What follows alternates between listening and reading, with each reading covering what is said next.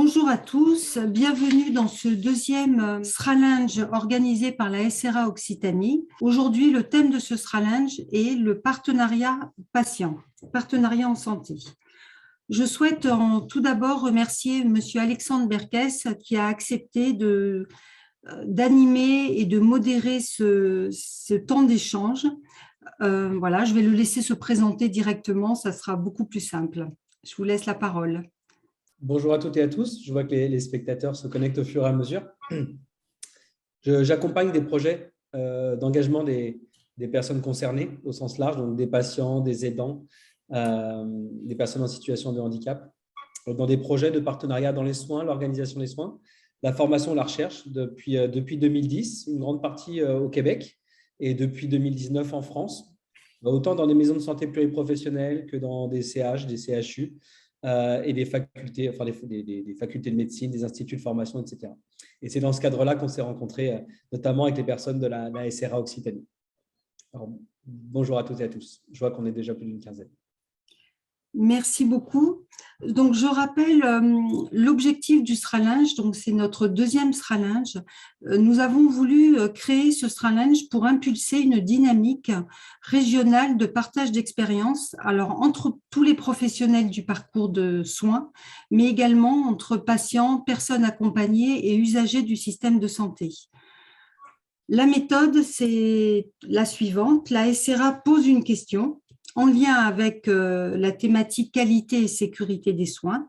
Les professionnels ont 1 mois pour répondre à cette question via la proposition d'une action. Et ils le font à l'aide d'une trame qui est disponible sur notre site. À réception de toutes les actions, l'équipe opérationnelle sélectionne 3 présentations qui seront valorisées lors du webinaire, comme aujourd'hui. Et les autres présentations sont également valorisées sur notre site dans une rubrique qui s'appelle « Partageons nos expériences ». Car il nous semble intéressant que toutes ces belles expériences puissent être connues par tous les professionnels de santé et être éventuellement reproductibles. Les critères de sélection sont connus en amont puisque c'est lisible sur notre site. Les critères, je les rappelle, il faut que l'action ait été réalisée, il faut qu'elle soit en lien avec le thème, il faut qu'elle soit en pluriprofessionnalité, il faut qu'elle soit innovante, un peu originale, et qu'elle soit reproductible. Parce que ça, c'est intéressant et c'est notre objectif, c'est qu'on puisse vraiment partager l'expérience. Et bien sûr, qu'elle respecte le formalisme. Alors aujourd'hui, la question posée par la SRA était comment travailler entre usagers et professionnels de santé pour intégrer l'expérience patient ou personne accompagnée afin d'améliorer la qualité et la sécurité des soins. Alors cette question, elle a inspiré 8 établissements qui nous ont répondu. Une première proposition par le réseau Maladies rares de la région qui proposait une carte mentale Uptington, un outil parcours patient en région Occitanie, dont l'objectif était de co-construire cette carte mentale en partenariat avec l'ensemble des acteurs du parcours afin de mettre à disposition des professionnels, des patients, des ressources en termes de documents et d'informations. Donc, on est vraiment dans la co-construction pour aider la lisibilité de ce parcours. Deuxième proposition par le CHU de Nîmes, qui est l'évaluation de la perception du partenariat en soins en consultation. Donc, cette évaluation de la perception du dialogue singulier au moment de la consultation médicale par le biais de 2 questionnaires, un questionnaire pour les patients, un questionnaire pour le médecin, qui cherchent les mêmes critères pour voir la perception de chacun au moment de cette consultation médicale. Troisième proposition, le CHU de Toulouse, analgésie quoi qu'il en coûte. Cette action a été menée aux urgences pour améliorer la prise en charge des patients diagnostiqués drépanocytaires afin de construire des outils et des formations qui vont aider les professionnels à accueillir ces patients aux urgences et améliorer la prise en charge de leurs douleurs. Quatrième proposition d'action, le Shiva, sur une méthode shadowing qui est aussi connue sous la méthode empathie pour ceux qui connaissent. L'objectif, c'est de recueillir l'expérience et le vécu du patient en suivant pas à pas le patient sur son parcours et d'essayer de voir avec lui comment améliorer le parcours de soins. Donc, 3 parcours ont été élaborés. Un premier parcours qui allait du parking du patient jusqu'à la consultation de chirurgie digestive, un deuxième parcours, la sortie de l'UHCD, et un troisième parcours en service de pédiatrie, les enfants accompagnés par leurs parents au service de radiologie. Et enfin, le 5e projet au CHU, c'est la co-construction d'un annuaire de spécialistes engagés dans la prise en soin de maladies rares qui sont communiqués via les associations et pour aider les patients à se repérer un peu mieux dans ce parcours de soins et pouvoir aller consulter les spécialistes en lien. Et maintenant, je vais vous laisser découvrir les 3 propositions, les 3 actions qui ont été retenues en tant que lauréat aujourd'hui. Donc, je laisse la parole en premier au CHU de Toulouse pour présenter leur action. Merci à vous. Bonsoir à tous. Je me présente, Catherine Lesault, et je suis cadre supérieur de santé au CHU de Toulouse. Madame Desclines, Francette Desclines, qui est avec nous aussi et qui est représentante des usagers, et Michèle Witz, que vous ne voyez peut-être pas, mais qui est à côté de moi et qui est coordinatrice de qualité. Alors, le challenge handicap, je vais essayer de vous le présenter le plus brièvement possible. Donc, au départ, nous sommes un groupe composé de professionnels médicaux et paramédicaux et d'associations. Actuellement, nous avons 4 associations et très bientôt, nous serons 6. Voilà. Alors, le contexte du challenge handicap. Au départ, le groupe Parcours et Handicap a été créé en 2018. Ce groupe était constitué de nous et de Francette Desclines, disons les 3 co-animatrices, et nous avons essayé d'augmenter un petit peu plus le nombre de participants. Son objectif premier était d'améliorer les pratiques du parcours handicap. Depuis la première réunion, nous avons tenu à partir des besoins des usagers. Et comme je vous disais, donc Francette Desclines a tout de suite été inclus dans ce groupe. Nous avons pu proposer des thèmes de travail en lien avec les problématiques rencontrées sur le parcours de soins. Et nous avons pu échanger directement avec des secteurs spécifiques du CHU, tels que le SAMU, le transport en interne, et bien entendu la communication pour améliorer l'Internet et l'intranet. Nous avons fait une enquête en 2018 auprès de l'encadrement qui a mené un double constat. Pour les cas, tout se passait correctement, mais il y avait un manque de moyens techniques et de matériel. Mais le constat rapporté par les patients aidants partenaires était plutôt différent. Pour ces personnes, les manques de compétences dans les pratiques de soins étaient constatés. Suite à cela, nous avons décidé d'élargir le groupe à d'autres bénévoles pour essayer d'aider les professionnels dans cette connaissance et cette sensibilisation au handicap. Et comment mieux le faire que de créer un challenge handicap. Les objectifs du challenge handicap, c'était dynamiser la prise en charge et la prise en soin selon les handicaps et en étant aidé des patients aidants partenaires. La première chose que nous avons identifiée, c'était la place de l'aidant, qui a été un peu malmenée à cause de la Covid. Beaucoup d'aidants n'ont pas été accueillis dans les services, mais par une méconnaissance de la place de l'aidant pour la personne porteuse de handicap. Nous avons essayé aussi d'améliorer la pédagogie parce que, une chose toute bête, les boutons interrupteurs pour les personnes malvoyantes, le contraste des couleurs, on a du mal à l'avoir parfois, alors que c'est vraiment très simple. Et là, c'est une communication effectivement avec les patients partenaires qui nous a permis, et je pense qu'on va obtenir cela au CHU, et c'est grâce à ce partenariat. Nous avons aussi mis à disposition des fiches pratiques qui ont été relues, complétées et validées par les professionnels et les patients aidants partenaires. Pour nous, ce qui était important, par le biais de ce challenge, c'est sensibiliser et améliorer la prise en charge du handicap. Cette amélioration ne concerne pas uniquement les soignants. C'est toute personne qui est en contact avec les patients porteurs de handicap.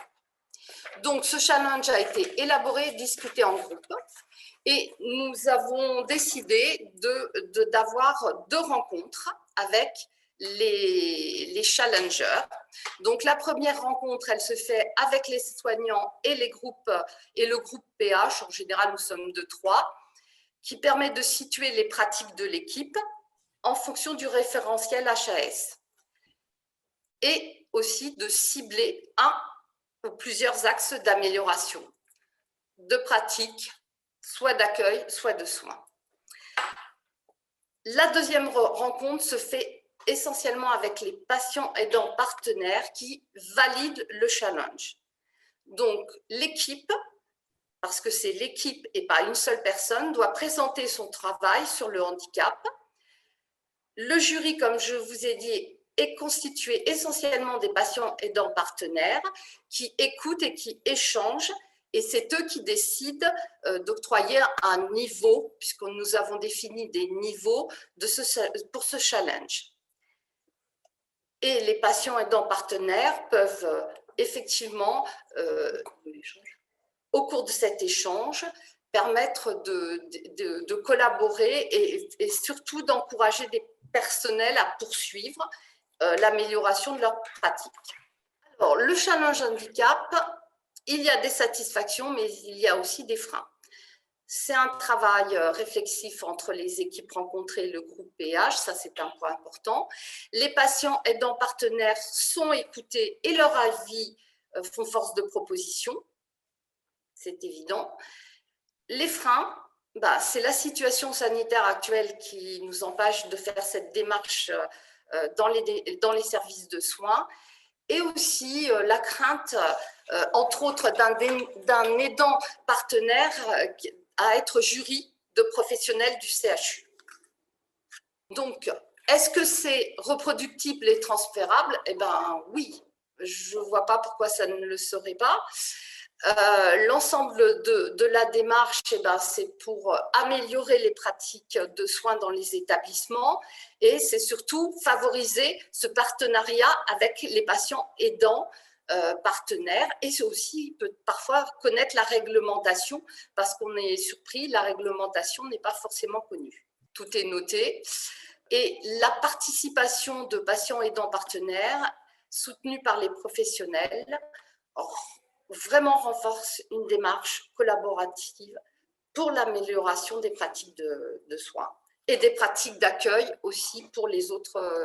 Il n'y a pas que les pratiques de soins, je répète, puisque un des challenges a été fait avec le secrétariat et l'accueil des patients donc au moment des consultations. Il y a une chose qui est importante, c'est vraiment une démarche volontaire. Non, parce que pour nous, c'est normal, mais j'insiste bien que c'est une démarche volontaire des équipes et ce n'est pas un audit imposé. Et je pense que ça fait la différence.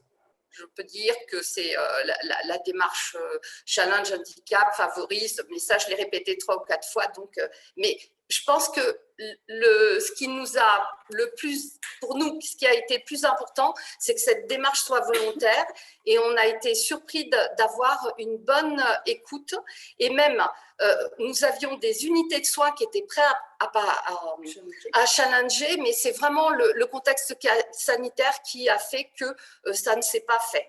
Mais vraiment, c'est ce qui a beaucoup plu que ce soit vraiment une démarche volontaire. Voilà, et je crois que là j'ai terminé et je suis prête et nous sommes prêtes à répondre à vos questions. Merci beaucoup.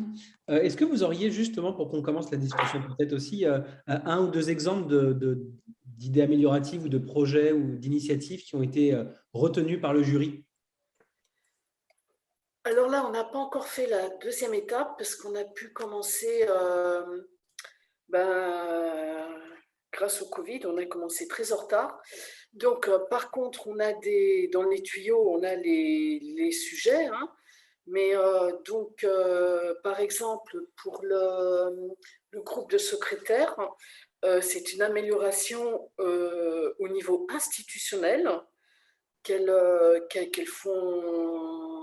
Enfin, elles ont fait levier, en tout cas en réfléchissant et en nous proposant une amélioration au niveau institutionnel dans notre logiciel Pastel, au niveau des admissions des patients, en incluant la notion de aidant, puisqu'elles ont décidé de travailler sur cette notion d'aidant.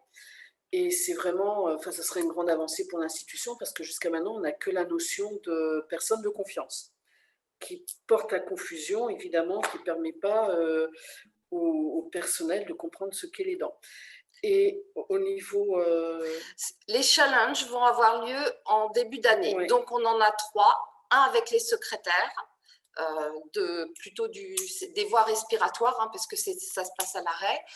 On a la pharmacie avec la dispensation des médicaments et surtout, au niveau du bloc opératoire aussi, la prise en charge des patients handicap.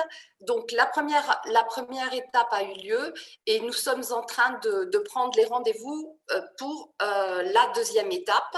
Et nous avons fait une liste aussi, un peu une sorte de checklist que nous avons travaillé avec les associations pour savoir quelles questions poser, pour ne rien oublier et pour que tous les challengers soient à peu près au même niveau. Mais ça, nous allons le mettre en place en début d'année 2022. Et donc, 3 challenges. Et peut-être même un 4e, mais 3 challenges assurés. Voilà.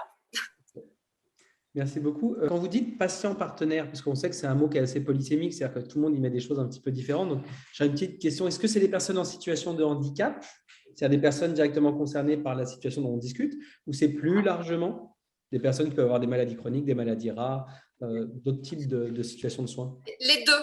Dans le groupe, il y a les deux. Les deux dans le groupe. On a des représentants. Française, vous allez peut-être pouvoir expliquer. Oui, Française va pouvoir vous répondre.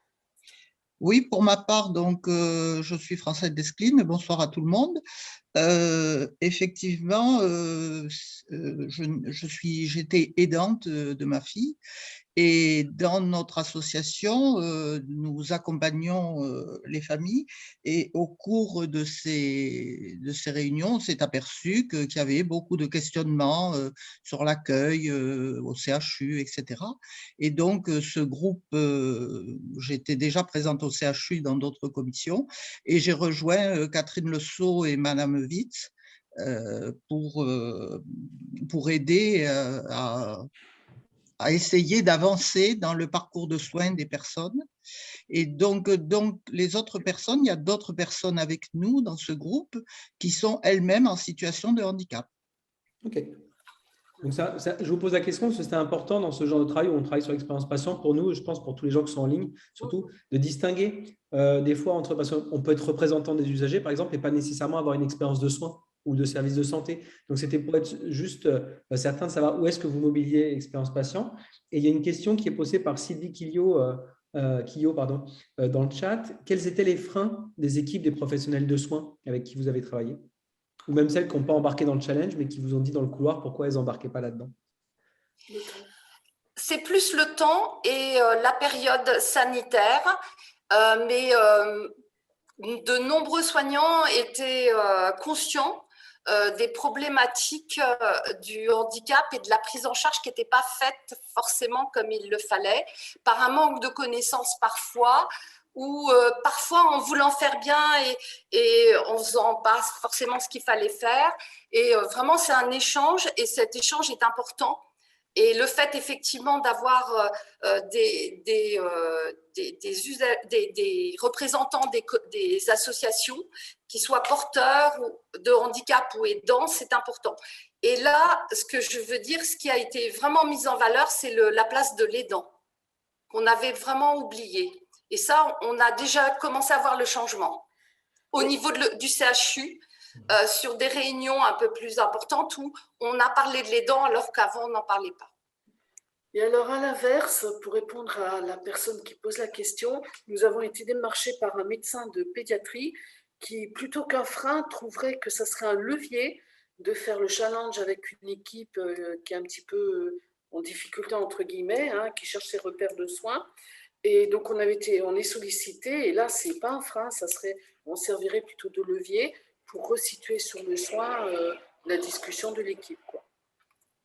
J'ai une dernière, alors je vois qu'il y a une dernière question, mais je demande à Béatrice, est-ce qu'on a le temps ou est-ce qu'on doit passer à la prochaine présentation? Une dernière question et on passe à l'autre présentation. On est gourmand là.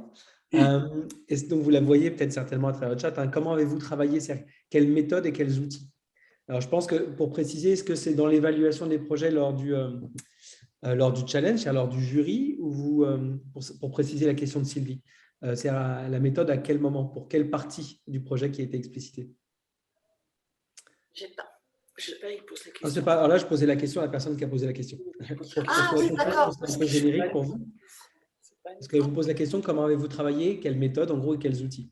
Et c'est pour dire pour quelle partie de votre initiative. On va voir s'il arrive à répondre d'ici là. Il y a aussi au début. La réponse à non. Au début, on s'est référé aussi aux définitions, à la réglementation HAS et à toutes les recommandations qu'on avait dans les différents services. On s'est adressé à la pédiatrie, à la gériatrie. On a un médecin qui nous aide beaucoup et qui est responsable de Handisco. Et donc qui aide les patients porteurs de handicap et qui vraiment nous a un peu aiguillés. Et c'est en partant de cela que nous avons établi la grille. On l'a affinée et on en a discuté lors de nos réunions du groupe Parcours et Handicap pour savoir quels étaient les éléments importants et ce qui était commun aux soignants et ce qui ne l'était pas. Et on a affiné aussi avec Michel. Les premières personnes à challenger, c'était les secrétaires qui n'étaient pas des soignants. Et on a pu affiner notre questionnaire. Voilà. Bon, grosso modo, c'est le référentiel HAS et la richesse du groupe qui nous a aussi aiguillés pour des associations et de tout ce dont elles témoignent, de difficultés, pour faire des fiches réflexes pour aider les soignants, puisqu'on a une trentaine de fiches réflexes sur tous les handicaps et on continue à les enrichir. Voilà. Parfait. Merci d'avoir pris ce temps-là. Merci pour le temps que vous avez pris pour partager cette initiative et puis pour le temps que vous avez consacré aux questions et aux réponses. De toute façon, vous restez avec nous, je pense, pour le temps qui reste. Donc, vous pourrez aussi compléter avec des commentaires ou des questions complémentaires dans le chat. Merci. On passe à la prochaine, oui, avec la clinique Le Madrocher. Alors, bonjour. Bonjour. Vous nous entendez bien? On vous entend. On ne vous voit pas encore, mais on vous entend. Parfait. Bien. Vous pouvez y aller comme vous voulez. Je me permets juste de me présenter. Du coup, je suis Clémentine Thieblemont, je suis stagiaire qualité à la clinique du Mas de Rocher. Donc, je suis accompagnée par monsieur Jean-Marc Picard, qui est le directeur de la clinique, et par madame Fatima Nozeda, qui est cadre hygiéniste au sein de la clinique. Voilà. Bienvenue. Merci. Le dance floor est à vous. Alors, donc, pour vous présenter brièvement la clinique, donc nous sommes une clinique médicale avec une capacité de 106 lits d'hospitalisation et 15 places en hospitalisation de jour. Donc, en ce qui concerne la thématique d'aujourd'hui, qui est d'impliquer l'expérience patient dans nos pratiques, donc c'est une démarche qu'on a en continu. dans l'amélioration de nos pratiques et de la qualité. On accorde vraiment une grande importance à l'intégration et au recueil de l'expérience patient et personnes accompagnées pour les familles et les accompagnants. On a une cellule qualité qui est très active au sein de la clinique, qui est aussi portée par la direction, bien sûr. En ce qui concerne notre action, du coup, elle porte sur l'amélioration de l'accueil des personnes en situation de handicap et spécifiquement pour les personnes qui sont malvoyantes. C'est le point de départ de notre action, qui a été en fait une personne visiteur, donc c'était un accompagnant, en l'occurrence d'un de nos patients, qui s'est manifesté en fait envers nous pour nous faire part de difficultés d'accès qu'il pouvait avoir au sein de la clinique, de manquements qu'il pouvait y avoir dans nos locaux, que nous n'avions pas forcément remarqué auparavant. Donc on s'est vraiment saisi de ce retour d'expérience-là pour ensuite mettre en place tout un mécanisme qu'on va présenter ensuite dans les diaporamas d'après. C'est une action qu'on vous présente du coup et qui a vraiment mobilisé directement l'expérience patient, puisque le point de départ de cette action, c'est vraiment c'est même pas nous qui l'avons demandé, c'est vraiment une personne d'elle-même qui s'est manifestée vers nous pour nous soumettre ses remarques. Donc le point de départ, donc les retours d'une personne malvoyante. Donc on avait déjà eu un retour de la commission d'accessibilité qui n'avait eu aucune réserve, mais du coup nous avons été plus loin avec les retours de cette personne-là que nous avons eu. Notamment, on vous a listé des points qui sont remontés. Voilà, les motos des prestataires qui étaient garés sur le chemin qui menait à la clinique, des haies qui étaient mal taillées le long du chemin, qui pouvaient donc blesser des personnes malvoyantes qui ne les voyaient pas. Nous avons aussi rajouté des bandes rugueuses au sol pour signaler le parcours et donc faciliter l'accès à la clinique pour les personnes malvoyantes. Bon, juste peut-être pour compléter, si vous voulez, dans le détail, c'est en fait, voilà, on était totalement aux normes d'accessibilité au niveau des locaux intérieurs, mais cette personne visitait un autre patient et en fait, les difficultés qu'elle avait rencontrées, c'était surtout sur le chemin entre la voie publique et l'entrée principale de la clinique, hein. Donc, et c'est vrai que là, on a découvert un certain nombre de choses parce que nous, on avait mis des bandes rugueuses au sol, comme prévoit la réglementation, mais à l'usage, elle nous a dit que et ces bandes parfois se dégradent avec le temps, et elle nous a expliqué qu'en fait, les malvoyants utilisaient aussi les trottoirs, et donc on a fait un cheminement et en s'appuyant sur, enfin en utilisant la canne et en longeant le trottoir avec uniquement des bandes rugueuses quand il y avait une rupture dans ce cheminement naturel. Et donc, avec moins de longueur de bandes rugueuses, on a pu les entretenir de manière plus régulière sans problème, hein. Pareil sur les motos, en fait, ce sont les motos du laboratoire qui venaient nous livrer. Nous, ça ne nous posait aucun souci qu'ils se garent parce qu'on ne s'apercevait pas qu'en fait, ils étaient au milieu de la bande rugueuse et que le malvoyant, ben, il butait sur une moto alors que nous, on avait l'impression que ces motos étaient bien garées. Donc, ces retours nous ont permis de rendre le cheminement jusqu'à la voie publique opérationnel. Après toute cette réflexion, donc des travaux ont été engagés, qui ont été réalisés en plusieurs temps. Nous avons aussi fait appel à un cabinet extérieur et à une association, donc que je présenterai dans les diapos juste après. Donc tout d'abord, les retours d'une association de personnes malvoyantes. Donc nous avons demandé l'intervention d'un représentant d'une association de malvoyants qui a suivi après les travaux, enfin qui a suivi le parcours patient, qui a suggéré des propositions d'aménagement et on en a réalisé la plupart. Donc, il y avait en l'occurrence le renforcement de l'éclairage de la circulation, le changement des poignées de porte qui n'étaient pas correctement utilisables, pas faciles d'utilisation. Nous avons changé le mobilier au bureau des entrées et à l'accueil qui n'était pas adapté, si vous voulez, en termes de hauteur et de largeur pour une personne qui viendrait avec un fauteuil roulant. Donc, on a changé ça et nous avons aussi obtenu auprès de la métropole la création d'une double voie de circulation à l'entrée de la clinique et avec une pente, je crois que la pente, elle avait été refaite même parce que ça n'allait pas au niveau de la… Disons que dans le cadre d'un projet de la métropole de réaménagement donc de la voie publique, on a demandé à ce que le terminus soit juste devant l'entrée de la clinique, on l'a obtenu. Le terminus a été bien adapté, c'est-à-dire avec un trottoir surélevé pour permettre à un fauteuil de rentrer-sortir, sauf que là aussi, donc sur la voie publique, juste avant l'entrée de la clinique, il y avait une pente qui, sur une dizaine de mètres, était trop dangereuse, en tout cas faisait peur aux personnes en fauteuil. Donc nous, on n'était pas la maître d'œuvre ni maître d'ouvrage de ces travaux, mais on était utilisateurs.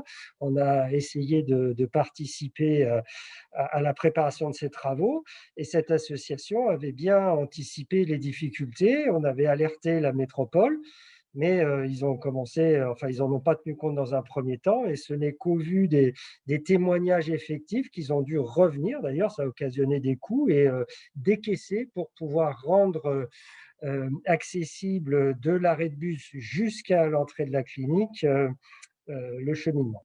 Et donc ensuite, les retours d'une association à l'extérieur. Et donc, des nouveaux aménagements ont aussi été réalisés sur la base des diagnostics de cette association-là. C'est l'équipe technique de la clinique qui a réalisé la plupart des travaux. Voilà. À la suite de ça, à la fin des travaux, une nouvelle évaluation a été réalisée pour vérifier que tout était bien conforme. Et il y a aussi de nombreux audits en interne qui ont été réalisés auprès des usagers suite aux travaux. Donc, en ce qui concerne les éléments d'analyse, ce qu'on peut dire, c'est que du coup, la réflexion au niveau de l'amélioration de nos conditions d'accueil des personnes en situation de handicap, elle continue, elle est permanente. On continue toujours de mobiliser l'expérience patient, ça c'est vraiment quelque chose qu'on garde en permanence. Par exemple, un de nos salariés aides-soignants est formé au langage des signes. Et ce qu'on peut aussi dire comme élément d'analyse, c'est que on peut penser à transposer cette action sur d'autres choses et notamment sur d'autres formes de handicap, par exemple des handicaps plutôt physico-moteurs que l'on rencontre beaucoup au regard des patients que nous recevons et de leur pathologie. Nous avons beaucoup ce type de handicap-là. Donc l'idée aussi est de cette action-là, on pourrait la transposer sur d'autres choses et d'autres types de handicap. Nous avons dernièrement rencontré une de nos patientes afin de recueillir ses impressions, patiente qui est une ancienne cadre de santé, si je ne me trompe pas, donc qui est elle-même une ancienne soignante, qui nous a apporté plusieurs pistes d'amélioration, notamment sur les repas et nos dispositifs médicaux. Et nous avons aussi une réflexion qui est en cours sur les places qui sont réservées aux personnes à mobilité réduite pour qu'elles soient ombragées lors des fortes chaleurs en été. On est en train de voir pour ça. Et nous réfléchissons aussi à une signalétique de l'établissement plus adaptée aux personnes malvoyantes, avec éventuellement peut-être la création de panneaux sur les portes en braille. Tout ça est à réfléchir, mais voilà, c'est une réflexion permanente. Et oui, pardon, oui. En ce qui concerne les places réservées aux personnes à mobilité réduite, c'est un patient qui nous l'a fait remonter, ça aussi. Voilà, j'oubliais. Voilà, donc tout ce qui est conçu, prévu, proposé, possible pour le grand public doit aussi l'être pour les publics en situation de handicap.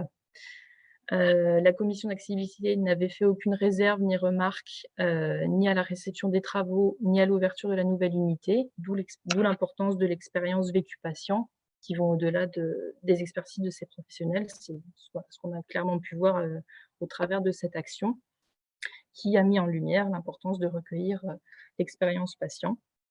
Ce qu'on peut souligner aussi, c'est lors de nos commissions des usagers, les points critiques et axes d'amélioration sont abordés et on a aussi vraiment des retours de nos représentants des usagers qui sont très présents aussi au niveau de la vie de la clinique et qui nous font beaucoup de retours aussi de leur côté qui sont très enrichissants. Merci à tous les trois. Vous voyez, je pense, vous êtes en train de lire la question. Il y a une première question qui a déjà émergé. On vous demande, est-ce que vous avez entamé un travail d'amélioration de l'accueil et du parcours de soins médical pour les personnes en situation de handicap psychique? si c'est une de vos réalités.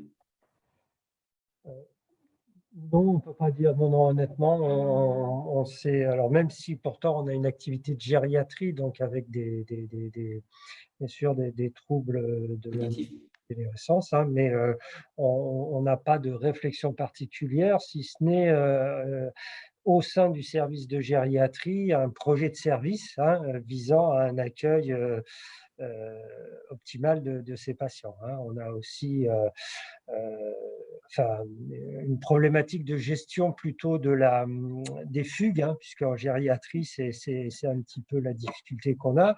On n'a pas d'unité du CC, hein, donc on n'a pas de secteur fermé, donc on n'utilise pas les contentions, ce qui fait que le service de gériatrie, lui, a été mis au 3e étage, ce qui permet pour les patients déambulants d'avoir un certain nombre de points d'alerte, évitant donc que les patients ne sortent et n'aillent trop loin. Mais ça se limite à ça, en fait, en termes de stratégie à ce niveau-là. Merci. Vous voyez qu'il y a une seconde question. Il y a Fabienne Raguingir, qui est de l'Institut Savoir Patient, donc c'est un collectif de patients et de professionnels qui travaillent justement sur ces questions de partenariat. Et elle vous pose justement cette question du niveau d'engagement, parce que c'est souvent un des curseurs qu'on utilise dans le domaine en se disant mais les usagers ont participé, ils ont été engagés, et la question qui vient après, c'est à quel degré? Est-ce qu'il s'agit ici plutôt d'une consultation, donc on a été voir les gens, on leur a posé des questions, ils nous ont ramené leurs besoins, ou est-ce que c'est du niveau partenarial, c'est-à-dire qu'on a même traité ces questions avec eux, c'est-à-dire que vous étiez avec des personnes concernées dans votre cellule qualité, dans votre équipe qui gérait ce genre de projet, et vous avez mené ces projets avec eux ou à partir de leurs besoins? C'était plus des projets pour les patients ou des projets avec les patients? Alors, en fait, sur cette partie accessibilité, honnêtement, dans la mesure où on avait eu, c'est un établissement qui date de 1975. D'accord? On a fait des gros travaux de rénovation entre 2003 et 2005, des travaux de mise aux normes. Et à l'issue de ces travaux importants, hein, qui ont changé complètement les circuits, la largeur des portes, le retrait des seuils, enfin voilà. Donc on a été très satisfait de n'avoir aucune remarque de la commission d'accessibilité, hein, commission d'accessibilité qui revient également lors des visites périodiques, hein, sur tous les 3 ans, lors des commissions de sécurité, elle peut être présente, elle ne l'est pas forcément. Et c'est vrai que en fait, ces retours d'usagers, pas forcément de patients, hein, puisqu'on voit que là, en fait, il y a d'un côté les patients au sein de l'établissement, mais il y a aussi notre capacité, vu la population fragile qu'on accueille, de faciliter les visites pour les personnes qui s'occupent ou qui sont de la famille de ces patients, hein. Donc, ça a été plus en réaction à des informations qui nous remontaient. Et après, aujourd'hui, ce qu'on fait, c'est essayer de favoriser cette expérience patient. On a une réunion de service par mois, par service, et on sensibilise aussi les équipes justement au recueil et donc à identifier au sein des patients ou des visiteurs des personnes qui auraient des compétences particulières dont on pourrait bénéficier.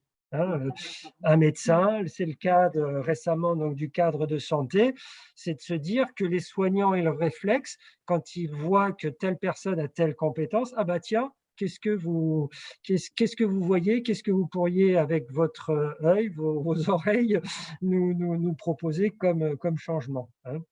Okay.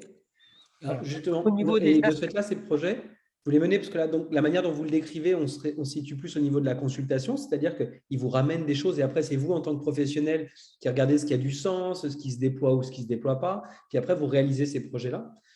Mais donc, question, je repose après, est-ce que vous travaillez, ce n'est pas une obligation, hein, c'est vraiment une question caractéristique, est-ce que vous travaillez avec des personnes concernées qui peuvent vous aider à mener ce type de projet ou ça ne fait pas sens ou ce n'est pas nécessaire pour vous? Bah, en fait, c'est qu'on n'a pas eu. Alors, bon, si on parle de cette association, elle est venue ponctuellement. Elle était très satisfaite, bien sûr, de voir que ses propositions étaient prises en compte. Alors, il n'y en a qu'une qu'on n'a pas prise en compte, en fait, c'est qu'ils nous demandaient d'avoir au niveau du sas d'entrée, un peu comme dans les magasins, pour prévenir de l'arrivée de quelqu'un, donc une clochette, en fait, qui indiquait que le sas s'ouvrait et se refermait. Et là, ça générait quand même du risque psychosocial pour les hôtesses d'accueil qui sont juste en face et qui justement surveillent, quoi. Donc ça, on l'a pas, enfin on l'a testé, mais à l'usage, on a vu que ça amenait plus de problèmes que ça n'en résolvait, hein. Après, aujourd'hui, on travaille avec des associations parce qu'on a une unité de soins palliatifs, donc on est en partenariat avec là, mais sur cette partie-là, on n'a pas de convention et on n'a pas de suivi dans la durée permanent, quoi. C'est juste une veille qui fait qu'on essaie d'identifier les compétences particulières de nos patients ou de leurs visiteurs et de profiter de leur présence pour obtenir et valoriser tout ce qu'on peut. Merci. Il y a une dernière question qu'on va vous poser qui a émergé de Pascaline Reno-Matouzou. Je pense, je vais essayer de faire comme je peux. La clinique est-elle équipée de matériel adapté comme par exemple des tables d'auscultation à hauteur variable, mammographie possible en position assise, etc. Alors, elle est, oui, à hauteur variable, oui. Après, pour le personnel, on a les rails, bien sûr, qui permettent de mobiliser les personnes dans de bonnes conditions. Alors, mammographie, non, parce qu'on n'a pas, c'est une clinique médicale avec peu de diagnostics, mais au niveau quand même, on a juste une petite radio fixe, mais on a aussi une radio mobile qui permet de faire les clichés au chevet du patient. Et pour certains patients qui sont difficilement mobilisables, c'est un atout important parce que ce sont des actes qui probablement ne seraient même pas réalisés sur des patients très algiques qu'on peut difficilement transporter. Parfait. Je vous remercie. On a tenu dans les temps, c'est parfait. De la même manière que pour les autres, on vous remercie pour votre présence juste avec nous. Puis bravo aussi, parce qu'on ne le souligne pas à chaque fois, mais d'être retenu parmi des projets qui ont permis de faire de manière, on l'a vu ici, relativement simple quand même, de travailler à partir de l'expérience patient. On n'a pas déployé une machine extrêmement compliquée, mais déjà si partout on arrivait à faire au moins ce travail-là, c'est-à-dire de capitaliser sur l'expérience patient pour identifier de telles actions amélioratives, ça serait déjà pas mal. Donc merci pour ce partage-là. On passe à notre troisième présentation. On voit Béatrice Guyard qui arrive. Bonjour, je suis avec Anita, représentante des usagers avec qui on a fait un travail depuis 2 ans d'impliquer une usagère du système de santé dans des revues de morbimortalité, donc des analyses de gestion des risques a posteriori. Alors, juste pour dire qu'à Paul-de-Viguier, on a une double culture. On a une culture de RMM parce que depuis plus de 10 ans, on fait une RM chaque mois, on a une charte, on a fait quelque chose qu'on trouve assez structuré et il y a vraiment une culture positive de l'erreur. Puisque les gens viennent me voir et me disent « Tiens, j'ai vécu ça, tu pourras le mettre à la prochaine RMM ». Donc, tout le monde il y a vraiment un mouvement assez chouette vis-à-vis de ça. Et d'autre part, on a une culture aussi de co-construction avec les usagers, puisqu'on a pas mal de protocoles de soins où il y a des décisions la place pour une décision partagée. Par exemple, est-ce que vous accouchez avec un traitement anticoagulant, on risque de ne pas avoir la péridurale, ou est-ce qu'on vous l'arrête mais on vous déclenche, ou les méthodes de déclenchement pour lesquelles on a eu des communications nationales et internationales, parce qu'on fait choisir aux gens une partie qui consiste à la maturation, ou à un moment donné, on avait une décision partagée sur le traitement pour la montée laiteuse non souhaitée. C'est des domaines où on a une implication, et puis qui est peut-être lié à l'obstétrique. Et puis aussi, on a un gros projet qui a été soutenu par l'ARS il y a 2 ans, mais qui continue de voguer au fil des appels d'offres et des projets, des financements qu'on gagne, de co-construction, de co-écriture à toutes les étapes, de vidéos pour favoriser l'auto-soin pour les patients de faible littératie, c'est-à-dire en difficulté avec l'écrit, qui on trouvait étaient exclus du soin, et en particulier exclus de l'auto-soin. Donc, on a 19 films sur une chaîne qui s'appelle Tuto autour de la grossesse, qui n'est pas le propos d'aujourd'hui, mais pour dire qu'à la rencontre de ces deux thématiques qu'on aime bien, d'une part la culture positive de l'erreur, les RMM, et d'autre part faire des choses avec les usagers, on s'est dit qu'on avait envie de faire cette expérience, de cheminer avec une représentante qu'on inviterait à nos RMM. Donc, Anita avait aussi envie de cette expérience, et je crois que c'est essentiel. Et puis, la direction de la qualité, le pôle, les PU, tout le monde a dit, j'ai dit, est-ce que tout le monde est d'accord? Parce que ça change un peu l'entre-soi, ça change un peu aussi, déjà qu'une RMM, des fois, c'est un peu sensible, ça change un peu la vision. Et puis, vous savez qu'au CHU, il y a des associations, comment dire, sorte accréditées, c'est peut-être pas le bon mot, excuse-moi Anita. Et donc, parmi ces associations, Anita connaissait pas l'obstétrique, mais elle a dit, moi, je voudrais bien vivre cette expérience avec vous. Donc, j'ai expliqué comment ça se passait, etc. Et on a démarré.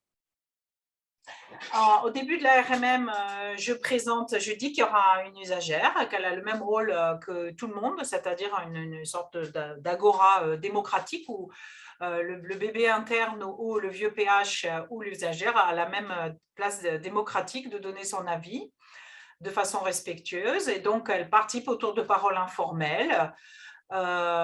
J'ai trouvé que finalement, les équipes soignantes, personne ne m'a fait de retour négatif, ni officiel, ni officieux.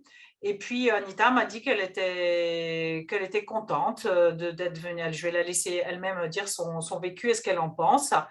Et en fait, pendant la réunion, on tape le compte-rendu au fur et à mesure. Ces comptes rendus, ils sont sur le SharePoint, sur le site, ils sont disponibles, mais pas l'histoire clinique, juste les actions d'amélioration.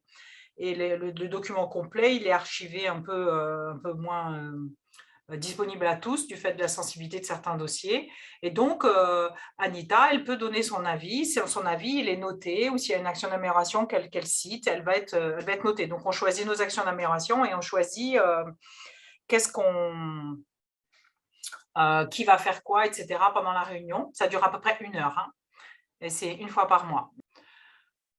Par exemple, voilà ce qu'elle nous a apporté. J'ai essayé de trouver des exemples. Par exemple, il y avait une patiente, elle avait son diabète, elle n'arrivait pas à s'en occuper, elle a perdu son bébé. Anita, elle a dit, est-ce qu'on a pensé à rencontrer le mari, le médecin traitant, comment ça se passe à la maison? Et donc, nous, on était plutôt en train de chercher dans l'intra-hospitalier, quoi. On avait oublié qu'il y avait un mari dans cette affaire-là, par exemple. Donc, ça nous a ça nous a un peu élargi le regard, quoi. Et puis, Anita, elle était empathique parce qu'elle voyait bien que nous, on était très, très embêtés. Puis vous savez, quand on est soignant et qu'on est en difficulté avec des patients qui n'arrivent pas à mettre en place ce qu'on pense est nécessaire, c'est toujours éprouvant pour tout le monde. Par exemple, un dossier de rupture utérine sur une erreur médicamenteuse. Est-ce qu'on a parlé des erreurs avec la patiente? On l'avait parlé, mais bof, en fait, pour tout vous dire. Et est-ce que vous pouvez avoir des formations sur comment parler de l'erreur? Est-ce que la patiente aurait pu participer à la prévention de l'erreur? Donc, ça amène vraiment un éclairage que, pourtant, moi, ça fait longtemps que je fais des RMM et que, comment dire, un éclairage, quoi, que j'avais, il y a plein de fois, ça apporte quelque chose de différent. Donc, dernier exemple, sur une patiente qui a perdu son bébé, qui était mécontente de la prise en charge. Est-ce qu'il y a des associations qui auraient vous pourriez vous appuyer? Donc, différents exemples que je vous montre là. Pour donner du concret, diapositive suivante. Donc, forcément, les valeurs de la RMM, il faut, pour que ça marche, que tout le monde, ça soit acquis pour tout le monde. Je ne vais pas vous les lire, mais vous pouvez les lire. Et que, bien sûr, avec l'usagère, ça soit acquis que c'est ça. Parce que déjà que c'est éprouvant, l'événement indésirable, si en plus vous avez quelqu'un qui vous donne des leçons, que ce n'était pas ça qu'il fallait faire, ça ne va pas marcher. Et si on n'est pas respectueux, etc. Donc, les soignants ont une bienveillance envers et un respect de la parole de l'usagère. Et je trouvais que ça s'est passé en fait de façon très fluide. Donc, on a fait à peu près 15 RMM. J'ai trouvé que c'était fluide, ça a été positif, ça n'a pas été un frein à la parole des soignants. Anita, elle va le dire, mais je crois qu'elle a dit qu'elle comprenait mieux le monde des soignants. Et ça ressente sur le vécu par la patiente plutôt que la situation vécue par les soignants, si j'essaie de formuler ce que j'ai mon ressenti. Suivant, que j'ai la place de donner du temps à Anita. Donc, si jamais vous le faites chez vous, puisque l'idée, c'est de partager les connaissances, Et à mon avis, il faut quand même se voir en amont avec le responsable de la RMM ou un ou deux en disant qu'est-ce que c'est la culture de l'erreur, parce que ça peut être impressionnant pour l'usagère quand on déballe par exemple des erreurs.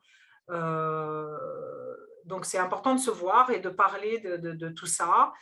C'est important que votre RMM elle soit déjà bien stable, en ce sens que ça ne soit pas le règlement de compte, parce que si c'est déjà une RMM avec des personnalités difficiles, qui donnent des leçons, des choses où vous avez sans cesse à recadrer qu'on n'est pas là pour donner des leçons, on n'est pas là pour juger, que c'est déjà très, très, très...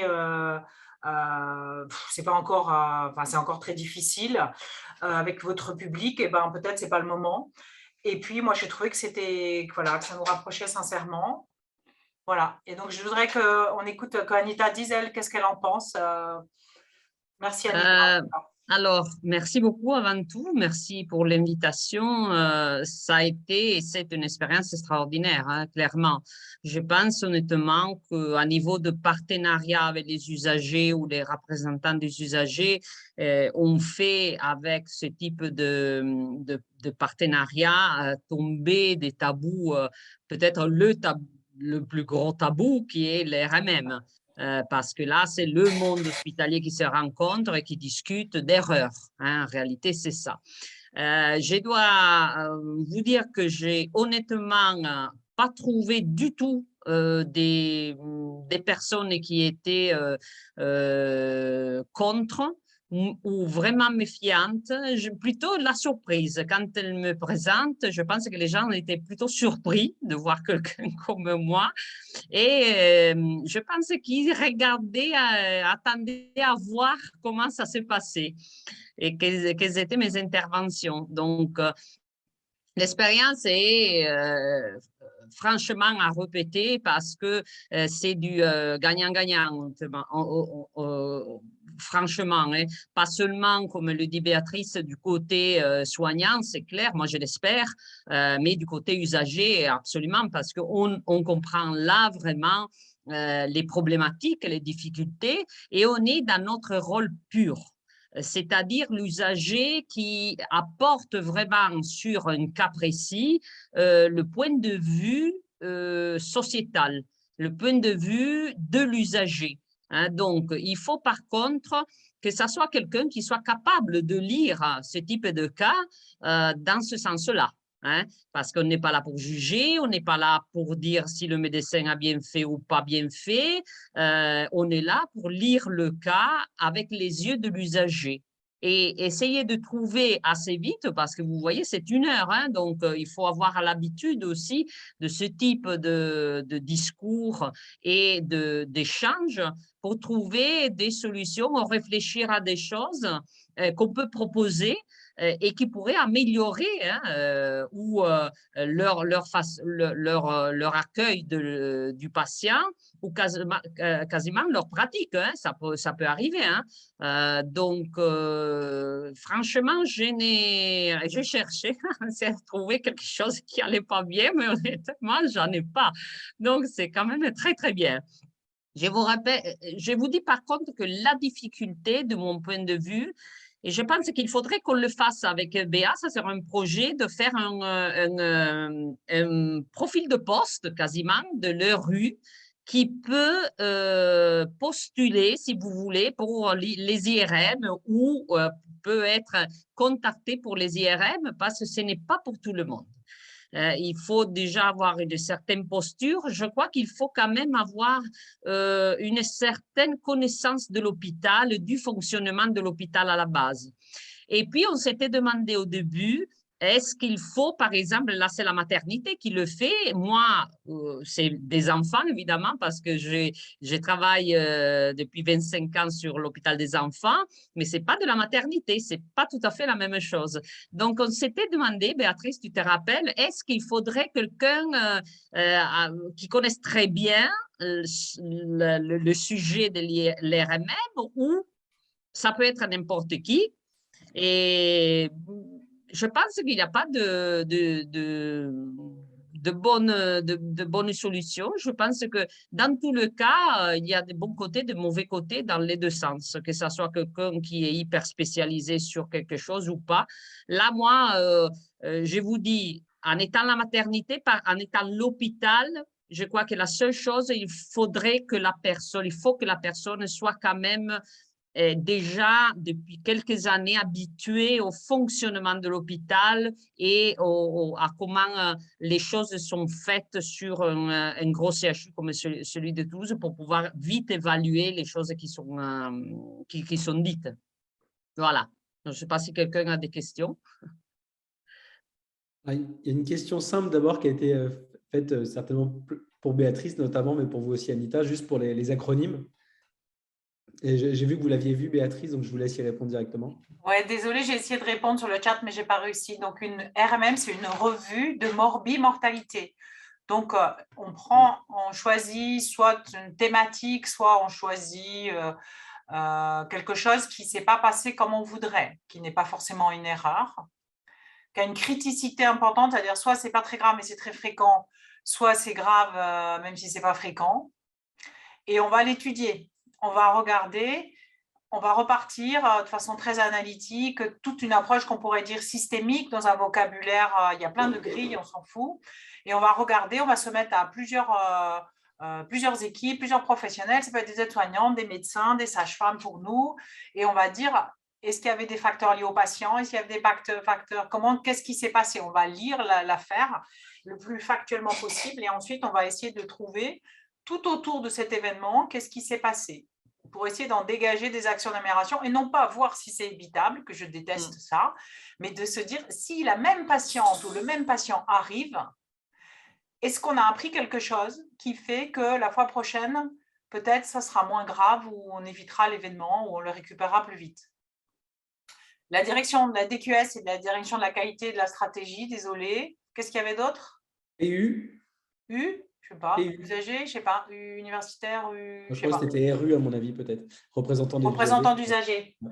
Ouais. Et DQSRU, ça doit être la direction qualité, stratégie et représentant relation avec les usagers. Oui, ça doit être ça. Direction qualité, ouais. D'ailleurs, ce que vous mentionnez, c'est intéressant parce que dans la journée, dans une autre SRA, moi je suis dans une structure régionale d'appui équivalente à la vôtre en Occitanie, mais en Bretagne, ça s'appelle le CAPS Bretagne. Et ce midi, on l'a fait sur l'engagement des usagers dans l'analyse des événements indésirables associés aux soins, graves ou pas forcément graves. Et on était dans les mêmes problématiques et les mêmes discussions où on a l'impression que c'est difficile. La question de la posture est importante, c'est-à-dire comment arriver dans une posture de non-jugement et plutôt de compréhension. Qu'est-ce qui s'est passé plutôt que de qui est le responsable. Et vous avez raison de mentionner cette importance de la posture. Je vois deux questions. La première de Fabienne Raguingir.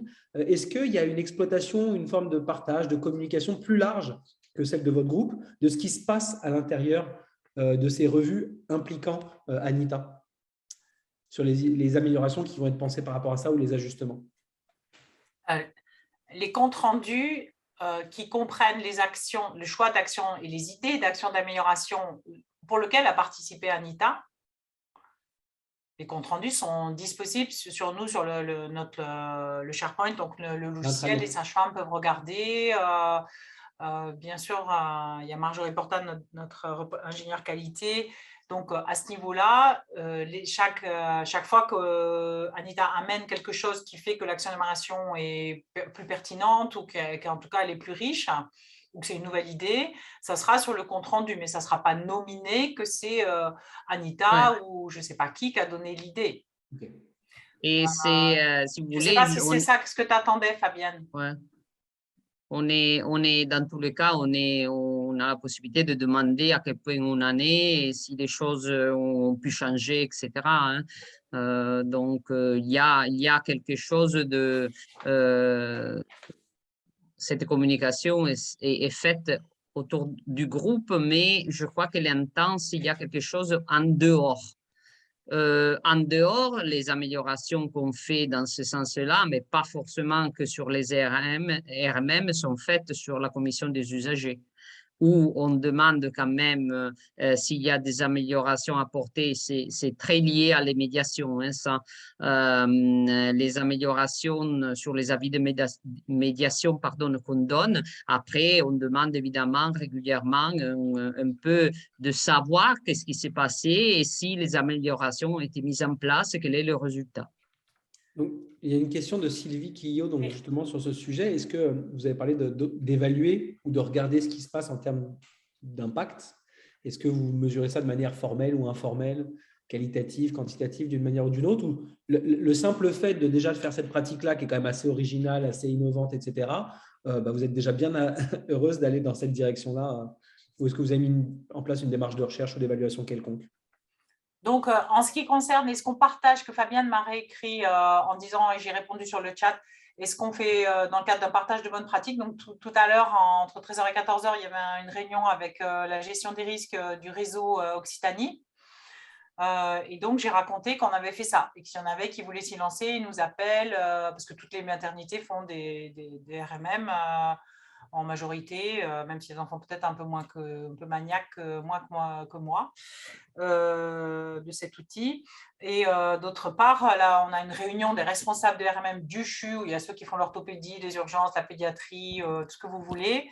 Et on a participé avec Anita l'année dernière, où il y a 1 an et demi, on a dit, voilà, on a fait ça pendant 1 an et voilà ce que ça nous a apporté. Et il y a des équipes qui ont dit peut-être, il y a des équipes qui ont dit jamais, et des équipes qui ont dit pourquoi pas. C'était marrant d'ailleurs pour moi de voir des gens qui ont dit jamais. Ah oui, oui. Parce qu'eux, ils ne se sentaient pas en confiance Et non, mais c'est quand même une culture extrêmement innovative. Hein. Là, comme je dis, on a fait tomber peut-être le dernier tabou. Hein. L'RMM, c'est le sommet des analyses des cas à l'hôpital. Donc, quand même, moi, j'en suis heureuse, j'en suis très fière et j'espère vraiment qu'on puisse, que quelqu'un d'autre puisse prendre l'exemple, le faire. Moi, je peux vous faire juste une paragon avec l'Italie parce que nous, l'association est active aussi en Italie. On n'en parle même pas parce qu'on se fait descendre carrément. Il n'y a pas du tout cette culture. Donc, c'est difficile et clair en Italie, en France, mais il y a quand même déjà quelques exemples. Donc, il ne faut pas lâcher. Je pense qu'il faut peut-être communiquer à plus haut niveau pour que les gens se rendent compte qu'il y a des choses qui existent et qui sont bien faites. Pourquoi pas? Donc, voilà. Et la manière dont vous... Donc, il y avait une question du coup, j'ai chanté la question. Est-ce qu'on évalue les actions d'amélioration? Donc, en théorie, oui. C'est-à-dire que, par exemple, on dit... il faut que quand on fait un pH, je sais pas, je prends un exemple, on fait un pH au scalp, au corps pendant le travail et on dit que si c'est inférieur à 7,20, il faut appeler le chef de garde. On fait une étiquette, on met appeler chef de garde si inférieur à 7,20, écrit au feutre rouge et on l'affiche et on regarde si l'étiquette est là et éventuellement on regarde s'il y a eu des dossiers où il y a eu ça. Le seul problème d'évaluer les actions d'amélioration, quand c'est facile comme ça va, ou de dire qu'il faut un échographe dans tel secteur parce qu'on a perdu du temps, parce qu'on n'a pas été chercher l'échographe ou qu'il faut qu'il soit branché. Ça, c'est assez facile. Après, les actions complexes, c'est difficile. Par exemple, prévention des escarres en salle de naissance. Je suis désolée, je parle d'obstétrique, mais je suis obstétricienne. On a fait des actions d'amélioration, il y en a quand même encore. Est-ce que c'est lié? Est-ce qu'on a bien fait les actions ou quoi? Le problème, c'est que c'est hyper chronophage et que moi, je suis payée surtout pour être obstétricienne. Et qu'il faut que je fasse l'obstétricien parce qu'en plus, on manque d'obstétriciens. Et donc, et que c'est des très grosses boutiques, on est en sous-effectif. Je ne vais pas vous faire pleurer sur l'hôpital, mais on essaye déjà on trace une fois par an les actions qu'on a choisies, celles qu'on a fait. On dit celles bon, tant pis, on ne les a pas fait, on les jette à la poubelle ou on les garde. Vraiment, c'était important, on se les réinjecte à quelqu'un. Et on regarde déjà le nombre d'actions qui ont été réalisées chaque année par rapport à celles qu'on avait pensées. Merci. Plus loin, c'est difficile dans un temps imparti quand il faut faire de l'activité clinique comme on fait.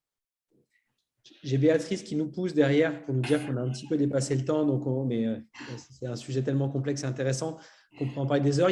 Vous pourrez garder une question si vous voulez répondre dans le chat en attendant sur est-ce que les RMM pourraient être intégrés à la CDU, et aussi autre question que je rajoute par rapport aux événements indésirables qu'on avait discuté en Bretagne ce midi. Est-ce qu'on peut intégrer aussi les personnes concernées par l'événement indésirable c'est-à-dire en plus de la personne comme Amida, que la personne directement concernée ou ses proches puissent participer, next level aussi. Et donc, garder tout ça, c'est pour la prochaine rencontre qu'on aura en soirée, un midi, entre les motivés. Béatrice, je te laisse conclure. Oui, merci beaucoup. C'est un peu frustrant d'arrêter ce débat passionnant, mais ça nous donne l'idée peut-être d'organiser un échange ou un webinaire exclusivement sur ce sujet qui pourrait intéresser tout le monde, et on pourrait poursuivre cette discussion, mais malheureusement, on s'était engagé à terminer en 1 heure, donc je vais jouer les maîtres du temps et conclure, mais je ne vais pas conclure avant de remercier déjà l'ensemble des établissements qui ont accepté de jouer à notre Sralinge en nous proposant ces 8 actions intéressantes, de qualité. Voilà, on en a valorisé 3 ce soir, mais je vous invite à aller regarder les 5 autres sur notre site parce qu'elles sont aussi intéressantes et de qualité. Merci aux intervenants d'avoir présenté leur action, d'avoir participé au débat, d'avoir rendu le sujet intéressant et passionnant. Un grand merci à Alexandre Berquès d'avoir apporté son expertise, d'avoir enrichi les débats, et j'espère qu'on se retrouvera dans d'autres lieux pour continuer à débattre sur ces sujets qui ne font qu'émerger. Et j'en profite pour faire un peu de publicité puisque la SRA Occitanie a co-construit avec Savoir Patient une formation sur l'engagement patient, le partenariat en santé, et la première session de formation a lieu le 7 décembre à Toulouse. Il reste de la place, donc je vous invite à vous inscrire. Voilà, et rendez-vous en 2022, guettez nos informations, guettez nos newsletters, parce qu'il y aura encore 1 ou 2 Sralinge l'année prochaine sur d'autres thèmes. Merci à tous et à très bientôt. Bonne soirée. Bonne soirée. Au revoir. Au revoir. Au revoir. Au revoir à tous.